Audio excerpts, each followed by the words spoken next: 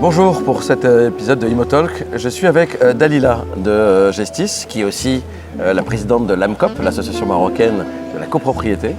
Bienvenue Dalila, ça me fait hyper plaisir déjà qu'on ait pu avoir un accord avec l'AMCOP, qui représente quelque part la profession, et que tu sois venue également exposer à Imotech. Moi je voulais voir, parce que tu as fait une conférence avec mes bons amis de Orisha, vous avez parlé de l'impact de l'IA, l'intelligence artificielle et les technologies sur le futur de la gestion de syndic, gestion de copropriété, etc. Et je voulais avoir ton point de vue là-dessus, ou à ton avis, comment la technologie va aider le plus, si tu pouvais résumer un peu ça en peu de mots. Alors oui, on a parlé de la digitalisation de la profession de gestion de syndic, de la gestion de copropriété de manière générale au Maroc. Et en fait, c'est un marché, le marché marocain, c'est un marché qui a beaucoup de potentiel pour la gestion de copropriété. Ouais. Et ça, je pense que les entreprises françaises y l'ont comprise. Ils sont de plus en plus à s'intéresser au marché marocain. Il y a plusieurs acteurs qui viennent, qui sont déjà là. Il y a Prestalis, qui est une boîte, je crois, française, qui existe déjà. Oui, c'est ça. Donc, il y a plusieurs acteurs qui ont d'autres activités.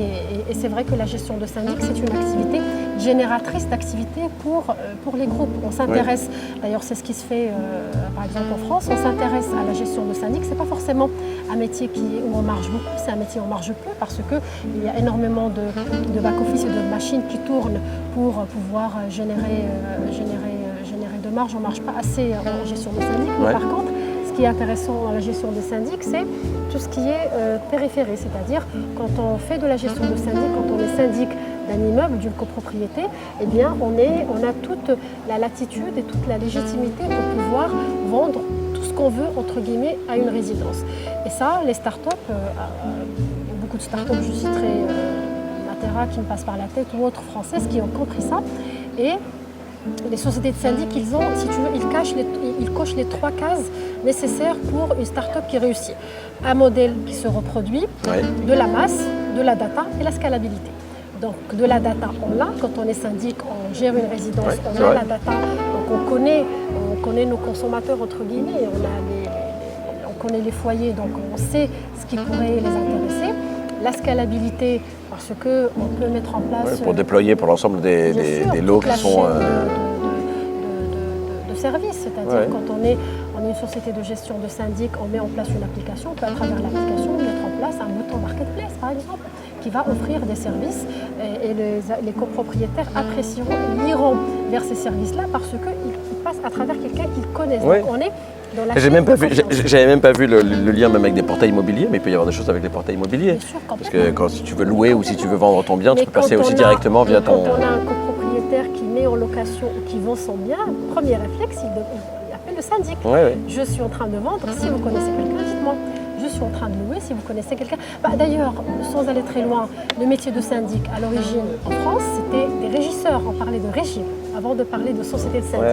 Et les régies, avant de faire du syndic, parce que maintenant les régies font de la gestion de syndic, ils faisaient d'abord de la transaction et de la location. Donc c'est quelque chose de tellement logique. Qui est très lié. Bien sûr, qui est lié. Et la gestion de syndic gagnerait en digitalisation.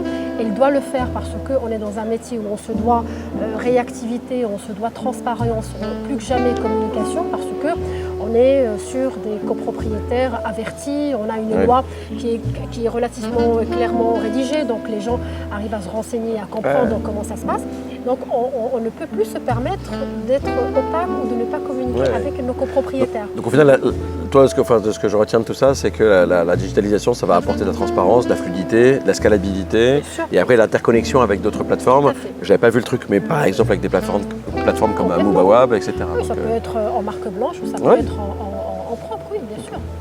Écoute, merci beaucoup, je suis ravi que tu sois venu. De rien, merci pour l'invitation. J'espère qu'on se reverra bientôt. Certainement. Et passe une très bonne journée. Merci beaucoup. Merci Dalila.